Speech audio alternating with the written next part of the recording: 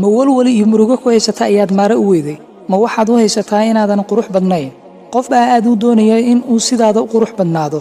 kuwo badan baa lixaadkoodii waayay haddana qanacsan ma waxaad rabtaa lacag badan boqolkiiba 30 dadka adduunka ku nool waa sabool qaar badan waxay ku nool yihiin $1 wax ka yar maalintii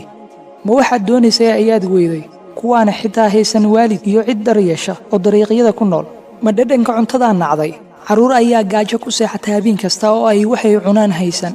ma adeegashada dukaamada waaweyn ayaad ugu daashay dad badan baa qashinka ka dhex raadiya alaabo moobilka jabay miyaa la murugootay in badan baa mugdi ku nool oo iftiin korontaan arag noloshooda ma nolosha iska nacday bukaan badan oo ay ku xiran tahay oksijiinta neefta ayaa cusbitaalada jiifa wax kasta ku bixinaya si ay u sii noolaadaan ma shaqo ayaad weyday mise shaqadii aad haysatay ayaad nacday malaayiin ayaa shaqaysa 12 saacadood si ay u helaan hal waqti oo ay wax ku cunaan ma dadaal kasta oo aad samaysay darajo kasta oo aad heshay ayaad haddana deganaan maskaxeed weyday alle ayaa kuugu yeeraya inaad u noqoto oo camalo wanaagsan samayso